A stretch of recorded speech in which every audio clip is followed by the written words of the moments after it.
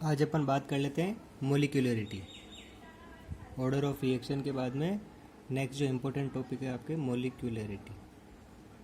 इसको अच्छे से समझना है क्योंकि आपको कितनी बार जो क्वेश्चन पूछते हैं वो ऐसा पूछते हैं कि right the difference between order and molecularity. अगर मोलिकुलरिटी अच्छे से समझ में आएगा तो हम उसके बीच में और क्या कर सकते हैं, डिफरेंस निकाल सकते हैं, है ना। तो अपन स्टार्ट कर रहे हैं मोलिकुलरिटी। मोलिकुलरिटी का मतलब होता है कि किसी भी सिंगल स्टेप रिएक्शन में, यानी कि एलिमेंट्री कोई रिएक्शन है, स्लो स्टेप रिएक्शन है, आरडीएस है, रेट डिटरमाइनिंग स्टेप है, उसके अंदर नंबर ऑफ मोलिक्यूल्स कितने रिएक्टेंट के पार्टिसिपेट कर रहे हैं उन नंबर्स को बोलते हैं अपन मोलिकुलरिटी।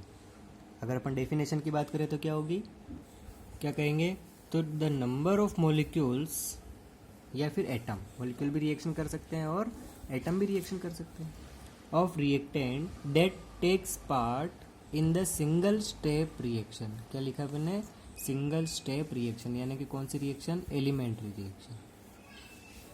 ठीक है, कॉम्प्लेक्स रिएक्शंस में नहीं, क्योंकि कॉम्प्लेक्स रिएक्शन में तो बहुत सारे रिएक्टेंट और रिएक्शन करके और प्रोडक्ट की फॉर्मेशन करते हैं, लेकिन सिंगल स्टेप की अगर अपन बात करेंगे तो वहाँ पर अपने को एलिमेंट्री रिएक्शंस में रिएक्टेंट की अपने को बात करनी पड़ेगी। ठीक है भाई, ये किसके ऊपर डिपेंड है, तो ये कोलिजन थ्योरी के ऊपर बेस्ड है एक्चुअली में। तो कोलिजन थ्योरी क्या है, तो कोलिजन थ्योरी ये कहती है कि जितने मॉलिक्यूल्स रिएक्शन में पार्टिसिपेट कर रहे हैं उनका आपस में क्या होना चाहिए, इफेक्टिवली कोलिजन होना चाहिए। ठीक है भाई, वो आपस में क्या होंगे, इफेक्टिवली कोलाइड होंगे या उनका कोलिजन होगा, और कोलाइड होकर क्या बनाएंगे वो, तो प्रोडक्ट बनाएंगे। ठीक है, इफेक्टिव कोलिजन का मतलब एक पर्टिकुलर ओरिएंटेशन से, एक पर्टिकुलर एनर्जी से उनकी जो आपस में है वो टकराना होना चाहिए, कोलिजन होना चाहिए, तब जाकर वो प्रोडक्ट के अंदर कन्वर्ट होंगे, वरना कन्वर्जन नहीं होगा। ठीक है, और इस थ्योरी को क्या बोलते हैं अपन, कोलिजन थ्योरी। ठीक है भाई, अब कोलिजन थ्योरी की अगर अपन ने बात करिए तो हो सकता है मोलिकुलरिटी की एक डेफिनेशन और बन जाए कोलिजन थ्योरी के अकॉर्डिंग। तो वो क्या डेफिनेशन होगी, ठीक है, तो सेकंड डेफिनेशन बन जाएगी हमारी, the number of molecules in atom, वो क्यों वही बात आ रही है ऊपर में, of reactant that must collide simultaneously. क्या बात लिखी है अपन ने, साइमल्टेनियसली। साइमल्टेनियस का मतलब एक साथ। जितने भी रिएक्शंस या जितने भी रिएक्टेंट आपको रिएक्शंस में पार्टिसिपेट करवाने हैं उनकी सबकी भिड़ंत एक साथ होनी चाहिए, तभी जाकर वो इफेक्टिव कोलिजन कहलाएगा। तो क्या कहते हैं अपन ने, इफेक्टिव।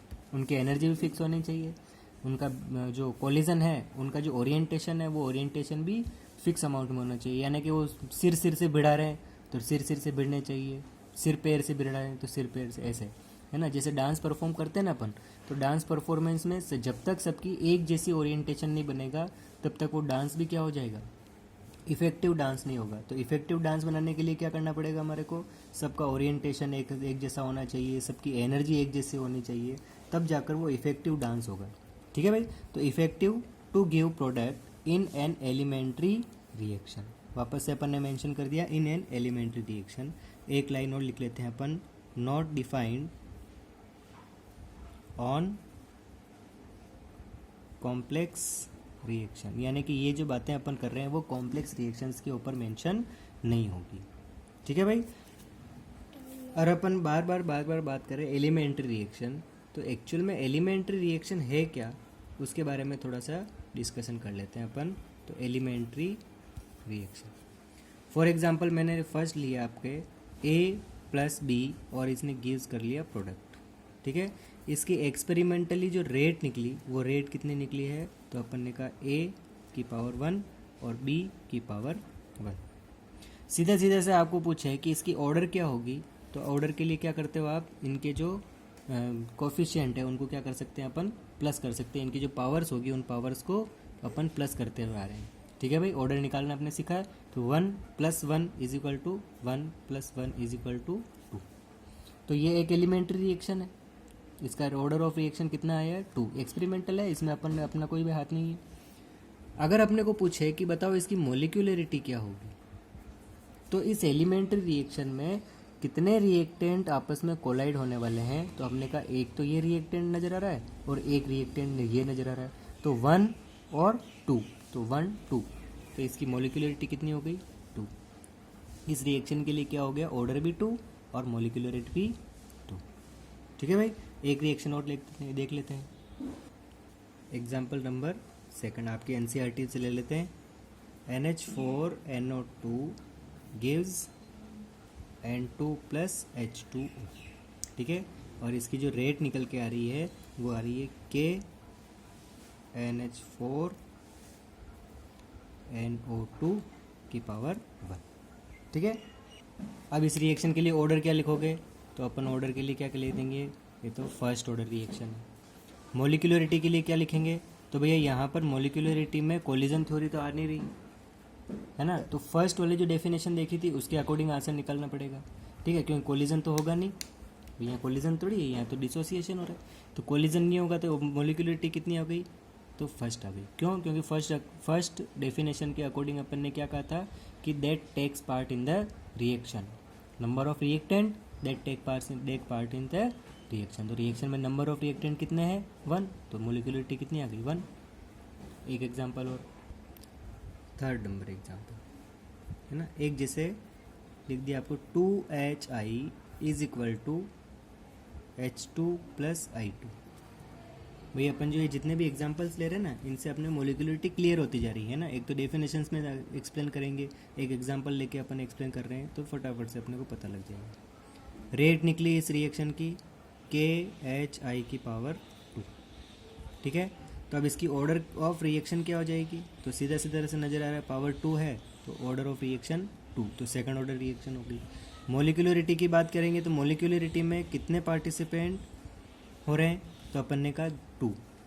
अब यहाँ पर ये वैल्यू भी काम आएगी भाई, जो अपन ने स्टाइक्योमेट्री कोफिशिएंट वर्ड काम में लेते हैं, तो यहाँ पर स्टाइक्योमेट्री वर्ड भी अपन ने काम में लेना है, तो यहाँ कितना मोलिकुलरिटी आ जाएगी 2। इसका मतलब ये कितने मोलिकुलर रिएक्शन है, तो अपन ने कहा ये तो बाई मोलिकुलर रिएक्शन है। ठीक है, एक एग्जांपल इसी के साथ ले लेते हैं अपन, है ना, 2NO + O2। देख लेना आपकी एनसीईआरटी में ये एग्जांपल है या नहीं है ना, नहीं हो तो ऐड कर लेना। ठीक है भाई, इसकी रेट जो आ रही है वो कितनी आ रही है, KNO पावर 2 और O2 पावर 1। ठीक है भाई, अपन ये जानते हैं ये जो 2 पावर है ये कोफिशिएंट नहीं है। अगर आपको ये कन्फ्यूज़न हो रहा है कि सर आप तो कोफिशिएंट है वही वो यहाँ पर लगा रहे हो, कोफिशिएंट है वही यहाँ पर लगा रहे हो, तो भैया इससे पहले वाले वीडियोस देख लेना। ठीक है भाई, ऑर्डर ऑफ रिएक्शन तो सिंपल सा ऑर्डर नज़र आ रहा है अपना 2 + 1, तो 2 + 1 = 3, यानी कि कौन सी ऑर्डर रिएक्शन हो गई है अपने, 3rd ऑर्डर रिएक्शन हो गई। ठीक है, अब मोलिकुलरिटी क्या है अपने को, तो मोलिकुलरिटी के लिए क्या करना पड़ेगा, मोलिकुलरिटी तो 2 तो ये और 1 ये, तो कितना हो गया 2 + 1 = 3। और ऐसी रिएक्शंस को अपन कहते हैं टर मोलिकुलर रिएक्शन, याद रह जाएगी। तो अगर मोलिकुलरिटी की वैल्यू 2 है तो बाई मोलिकुलर, 3 है तो टर मोलिकुलर, और ऑर्डर ऑफ रिएक्शन तो 3rd ऑर्डर ऑफ रिएक्शन, याद रह जाएगी बात। अब यहाँ पर अपने को एक डिफरेंट टाइप का एग्जाम्पल भी और ले लेते हैं, ठीक है, उससे भी डिस्कशन हो जाएगा। देखो एक एग्जाम्पल लेते हैं अपन, hydrolysis of ester. 10th class में पढ़ी हुई रिएक्शन है ये तो, लेकिन अपने को यहाँ पर ऑर्डर और मोलिकुलरिटी के रेस्पेक्ट में इसको समझना है। तो ये एस्टर है, हाइड्रोलाइसिस होगा, सीधा सीधा सा CH3COOH और साथ में एल्कोहल बन जाएगा C2H5OH। ठीक है भाई, रिएक्शन में कोई दिक्कत नहीं। इस रिएक्शन की रेट निकाली हमने, तो CH3COO C2H5 की पावर 1 और H2O की पावर 1। ठीक है भाई, अब एक बात समझो यहाँ पर क्या कि H2O जो है वो H2O बहुत सॉल्वेंट है। तो H2O क्या है, हमारा सॉल्वेंट है, और इसको अपन ने बहुत ज़्यादा एक्सेस में ले रखा है। ठीक है भाई, तो एस्टर भले आप कम ले लोगे और H2O तो सॉल्वेंट है, तो ऑब्वियस सी बात है कौन से अमाउंट में है, तो एक्सेस अमाउंट में है। और जब कोई एक्सेस अमाउंट में होता है तो उस कंडीशन में वो चीज़ क्या हो जाती है, कांस्टेंट। अगर मेरे को एक बात बताओ, अगर 1 मोल इसका काम में आया और आपने इसके 1000 मोल ले रखे हैं और उसमें से 1 मोल आपने इसका ले लिया, तो 1 मोल रिएक्शन करके प्रोडक्ट तो बन गया। लेकिन 1000 मोल में से 1 मोल अगर इसका कम पड़ जाता है तो इसके कोई फ़र्क ही नहीं पड़ना है, क्योंकि कंसंट्रेशन में बहुत ज़्यादा कोई चेंजेस तो आया नहीं। इसके लिए ये क्या हो गया, कांस्टेंट, और ये कांस्टेंट हो गया तो H2O कांस्टेंट और K हमारा कांस्टेंट। तो यहाँ पर एक नया अपने को कांस्टेंट इंट्रोड्यूस करना पड़ेगा K डैश, और क्या बन जाएगी CH3COO C2H5 1।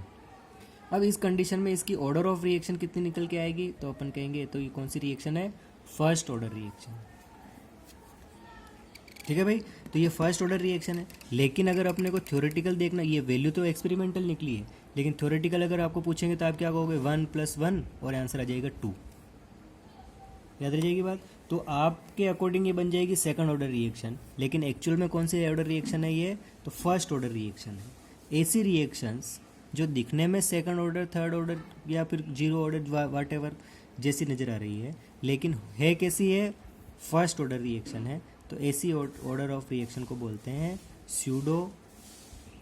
फर्स्ट ऑर्डर है तो फर्स्ट ऑर्डर, सेकंड ऑर्डर है तो second order, first order reaction. ठीक है भाई, तो इन रिएक्शंस को क्या कहेंगे अपन, स्यूडो फर्स्ट ऑर्डर रिएक्शन।